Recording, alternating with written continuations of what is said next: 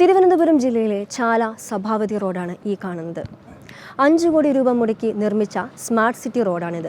എന്നാൽ പണി തുടങ്ങി 7 മാസം പിന്നിട്ടിട്ടും നവീകരണ പ്രവർത്തനങ്ങൾ എങ്ങും എത്താത്ത നിലയിലാണ് ഇപ്പോൾ ഉള്ളത്. ഇത് ഏറെ പ്രതികൂലമായി ബാധിക്കുന്നത് ഇവിടുത്തെ വ്യാപാരികളെയും ചുമട്ട് തൊഴിലാളികളെയുമാണ്. പേര് സ്മാർട്ട് സിറ്റി എന്നാണെങ്കിലും യാതൊരു തരത്തിലുള്ള സ്മാർട്ടുമില്ല എന്നാണ് ഇവിടുത്തെ ആളുകൾ നിരന്തരമായി ഉന്നയിക്കുന്ന പരാതി.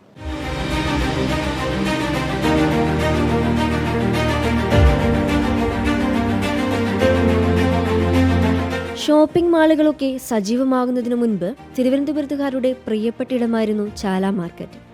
ലോകത്ത് എവിടെ കിട്ടാത്തതും ചാലയിൽ കിട്ടുമെന്നൊരു പ്രയോഗം തന്നെ ഉണ്ടായിരുന്നു.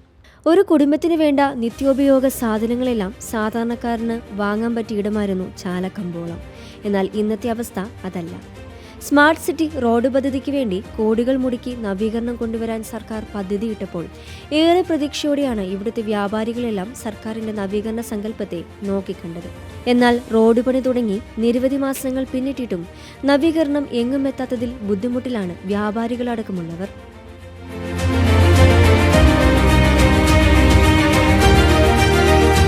ഈ മേഖലയിലെ ഏറ്റവും പ്രധാനപ്പെട്ട കമ്പോളമായിരുന്ന തിരുവനന്തപുരത്തിലെ കമ്പോളം ചാല കമ്പോളം എന്ന് പറഞ്ഞാൽ അറിയപ്പെടുന്നത് ഈ ഗ്രെയിൻസിൻ്റെ മൊത്ത വ്യാപാര ഭക്ഷ്യമേഖലയാണ്. ഭക്ഷ്യധാന്യങ്ങളിൽ ഏറ്റവും കൂടുതൽ വിറ്റഴിക്കുന്ന ഒരു കമ്പോളമാണ് ഇത്. അപ്പോൾ ഇവിടെ നിന്നാണ് കേരളത്തിൻ്റെ പല ഭാഗങ്ങളിലേക്ക്, അത് തിരുവനന്തപുരത്ത് മാത്രമല്ല കേരളത്തിൻ്റെ പല ഭാഗങ്ങളിലേക്കും പണ്ടെല്ലാം കൊടുത്തുണ്ട്.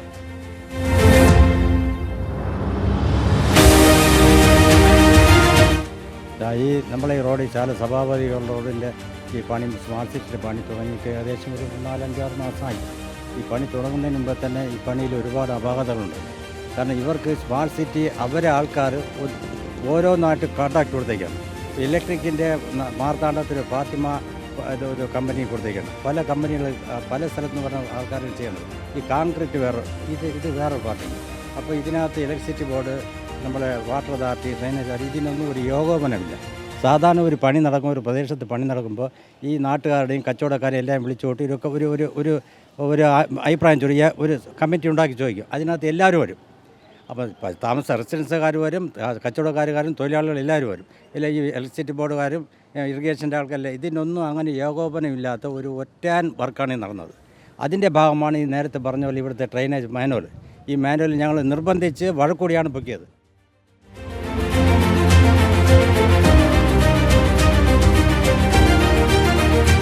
രണ്ട് കിലോമീറ്ററോളം വരുന്ന കമ്പോളത്തിൽ വാഹനം പാർക്ക് ചെയ്യാനാകാത്തതും ഉപഭോക്താക്കളെ ഏറെ വലയ്ക്കുന്നു. നവീകരണ പദ്ധതിയുടെ പേരിൽ വീതിയുണ്ടായിരുന്ന റോഡ് ഇപ്പോൾ ഇടുങ്ങിയതായി മാറി. ഇതുമൂലം ചുമടുകൾ വഹിച്ചു കൊണ്ടുപോകാനെത്തുന്ന ലോറികളടക്കമുള്ള വലിയ വാഹനങ്ങൾക്കൊന്നും കടന്നുപോകാനുള്ള സൗകര്യവും ഇല്ലാതെയായി. ഒരു സമയത്ത് ഒരു വാഹനത്തിന് മാത്രമേ കടന്നുപോകാൻ കഴിയൂ എന്നതായി സ്മാർട്ട് സിറ്റി റോഡ് വികസനത്തിന് ശേഷം ഉണ്ടായ മാറ്റം. ഈ സ്മാർട്ട് സിറ്റി വന്നപ്പോഴത്തേക്ക് ഇപ്പോൾ ഞങ്ങൾക്ക് വളരെ ബുദ്ധിമുട്ടാണ്. ഒരു വാഹനം കടത്തി വിടുവാനും ഈ വാഹനത്തിൽ ഇവിടെ നിന്ന് സാധനങ്ങൾ കയറ്റിക്കൊണ്ട് മറ്റു ഭാഗങ്ങളിലേക്ക് കൊണ്ടുപോകാനുമുള്ള ബുദ്ധിമുട്ട് ഉണ്ട്. അനധികൃതമായിട്ടുള്ള കൂലികളും എല്ലാം കൊടുത്തുകൊണ്ട് പോവുകയാണെങ്കിൽ ഇവിടുത്തെ കമ്പോളം ആകപ്പാടെ ശുഷ്കിച്ചു പോകാനേ സാധ്യതയുള്ളൂ. 70% കച്ചവടം ഇവിടെ നഷ്ടപ്പെട്ടിട്ടുണ്ട്.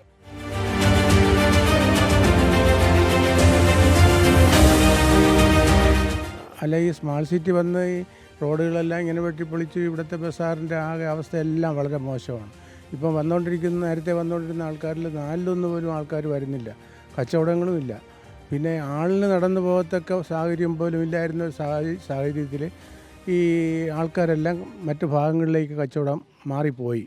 പിന്നെ ഞങ്ങൾ ഉണ്ട് എന്നുള്ളതിൻ്റെ പേരിൽ കുറേ തൊഴിലാളികൾ ഇവിടെ ഉള്ളതിൻ്റെ പേരിൽ ഞങ്ങൾ വരുന്നു, തുറക്കുന്നു, എന്തെങ്കിലുമൊക്കെ നടക്കുന്നു, അതേ നടക്കുന്നുള്ളൂ. കച്ചവടവും വളരെ ഇനി പിടിച്ച് വരുമെന്നുള്ള ഒരു തോന്നൽ പോലുമില്ല. ഇപ്പോഴും തന്നെ ഈ പണികൾ തുടങ്ങിയ സമയം നോക്കുകയാണെന്നുണ്ടെങ്കിൽ എപ്പോഴോ തീരാൻ സമയമായി. ഇപ്പോൾ ഇവർ ആദ്യ സമയങ്ങളിൽ വളരെ മോശം ആയിട്ടും ഈ വളരെ സ്ലോ ആയിട്ടും പണി ചെയ്തതിൻ്റെ പേരിലാണ് ഇത്രയും ലേറ്റായത്.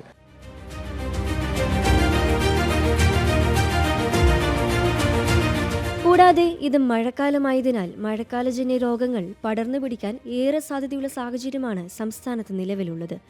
സാഹചര്യമുണ്ടെന്നതിലുപരി സാഹചര്യം ഒരുക്കി കൊടുക്കുന്ന ഒരവസ്ഥയാണ് ഇവിടെയുള്ളത്. വെള്ളം കെട്ടിക്കിടന്ന് പലയിടങ്ങളും കൂത്താടുകളുടെ പ്രജനന കേന്ദ്രമായി മാറിക്കഴിഞ്ഞു.